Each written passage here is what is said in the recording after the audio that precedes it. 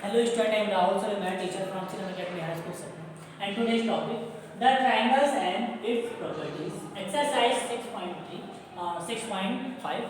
So number 5 हम solve करेंगे. इसमें देखिए पहले हम रेड कर लेते हैं. वर्ड प्रॉब्लम को इसके बाद फिर डायग्राम बना के रिव्यू करें. क्या दिया है इसमें?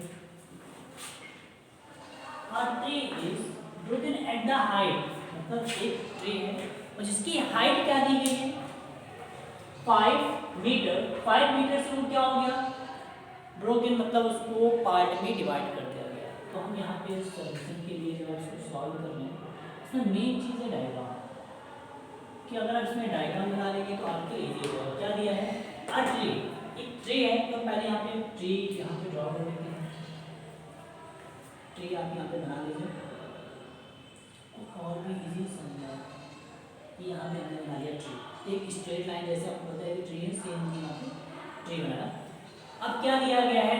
Tree is broken at the height of 5 centimetre. मतलब 5 सेंटीमीटर के बाद ट्री का जो पार्ट है वो क्या हो गया? पार्ट में डिवाइड. जैसे हम दे देते हैं, ये स्टार्टिंग ये यहाँ से है और यहाँ तक तो जो हाइट है वो टोटल है 5 मीटर. और 5 मीटर के बाद वो क्या हो गया?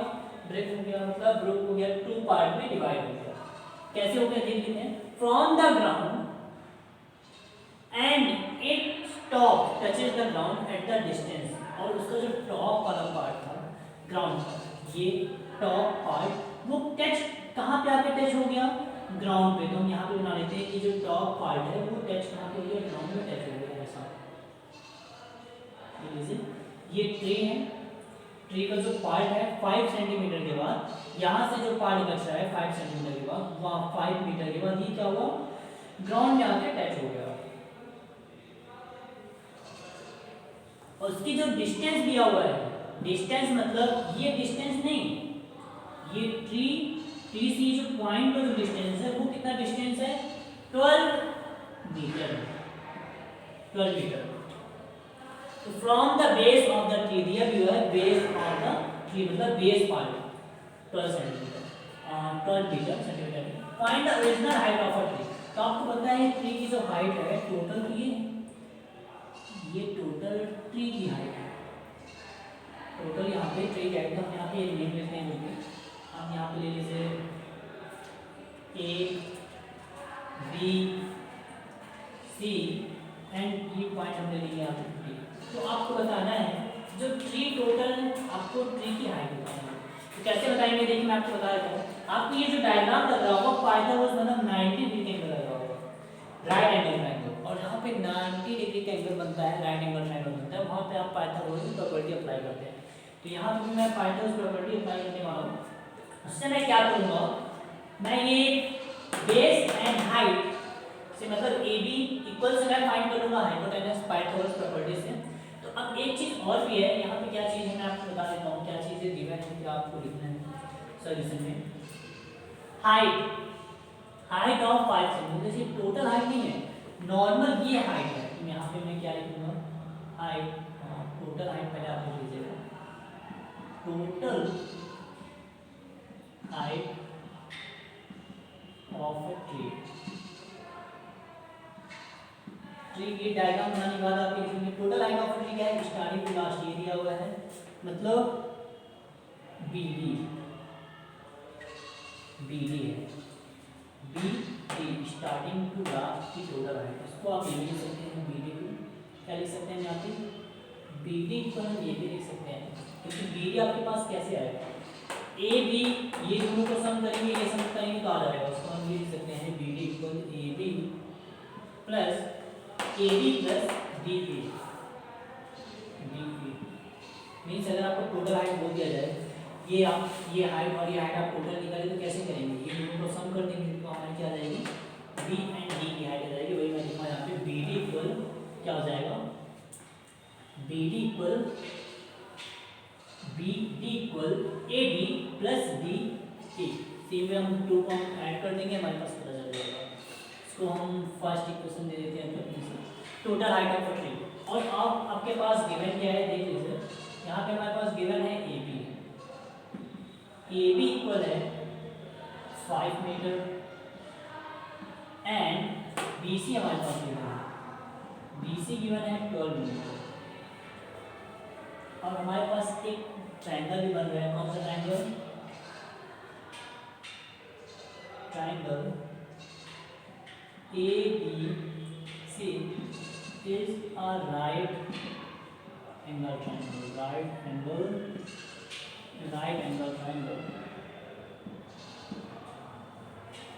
triangle and angle C equal 90 degree. फिर आप बोल सकते हैं right angle.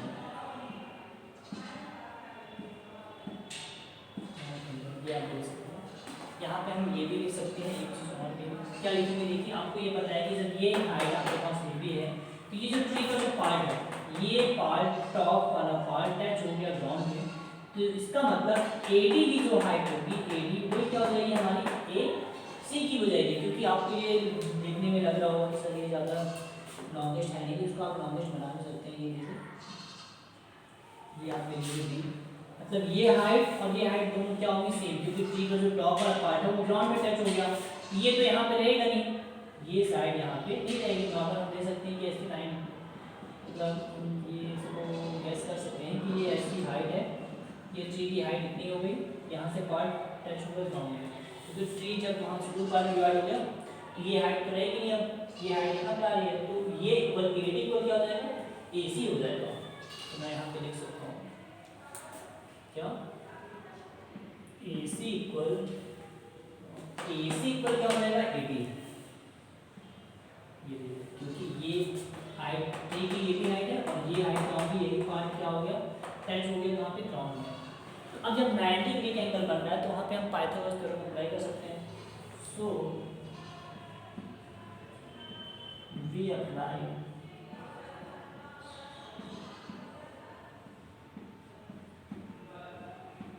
Pythagoras property. Pythagoras property का अगर आप फॉर्मूला लगाएंगे तो फॉर्मूला ये आपको क्लियर होना चाहिए कि पाइथागोरस प्रॉपर्टी का फॉर्मूला क्या होता है। मैंने बताया भी था, हम देखते हैं हाइपोटेनस तो आपके लिए बेस, ये है क्या परपेंडिकुलर, तो आपकी इधर लिख लीजिए, आप क्या हो जाएगा formula, hypotenuse square equal base square plus perpendicular square. तो आपके पास देखिए हाइपोटेनस क्या है, AC स्क्वायर इक्वल बेस क्या है, BC स्क्वायर प्लस परपेंडिकुलर क्या है, AB स्क्वायर। तो आप यहाँ पे पुट कर दीजिए जो चीज़ आपके पास गिवन है। AC आपको फाइंड करना है,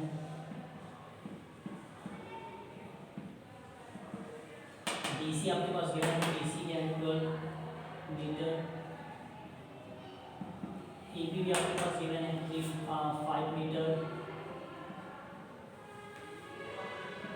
तो AC whole square equal 12 square क्या होता है 144 मीटर स्क्वायर, 5 स्क्वायर क्या होता है 25 मीटर स्क्वायर, ये आपको पता होना चाहिए। 12 के अंदर 12 मल्टीप्लाई 12 करेंगे तो 144 आएगा, 5 मल्टीप्लाई 5 करेंगे तो 25 आएगा।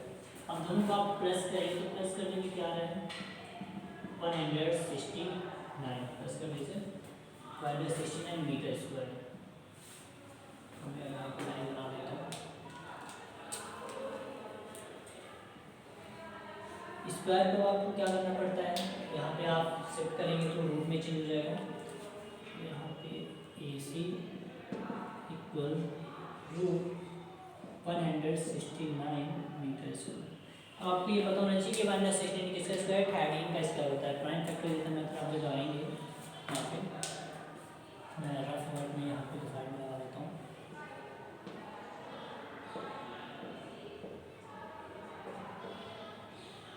तो 160 में प्राइम फैक्टर 13 से डिवाइड हो रही है, 13 1, यहाँ पे क्या आ जाएगा AC इक्वल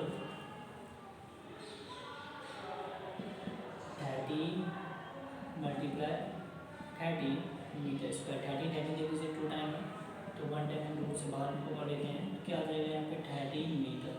हमने फाइंड कर दिया AC।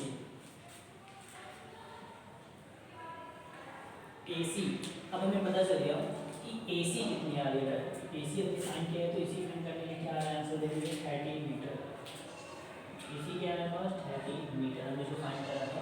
अब हमने एक चीज़ और भी लिखा है AC इक्वल क्या है AD, मतलब ये हाइट या फिर ये हाइट दोनों सेम है, तो हम बता सकते हैं कि अगर ये 13 है तो ये भी क्या हो जाएगा 13 मीटर हो जाएगा।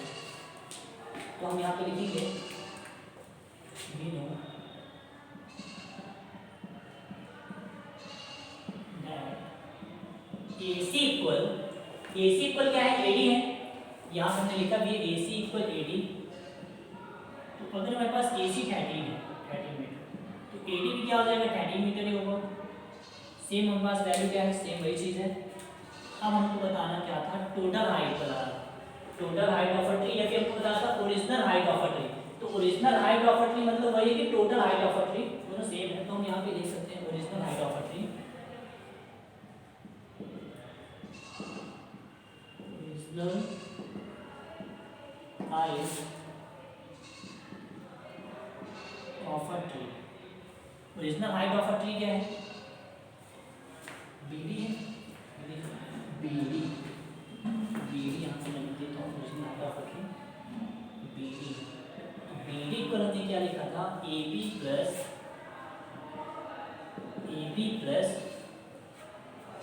DA या फिर AD दोनों सेम है, DA लिख लीजिए या फिर आप AD लिख लीजिए, दोनों सेम है यहाँ पे। अब वैल्यू कर देता हूँ मैं, BD AB हमने सॉल्व किया है, या फिर AB आपके पास पहले से है, AB है 5 मीटर, ये देखिए 5 मीटर। DA या फिर AD क्या है 13 मीटर है। अब इनको आप सम करेंगे, 5 मीटर प्लस 13 मीटर तो क्या आ जाएगा, ये मैं यहाँ से सॉल्व कर देता हूँ।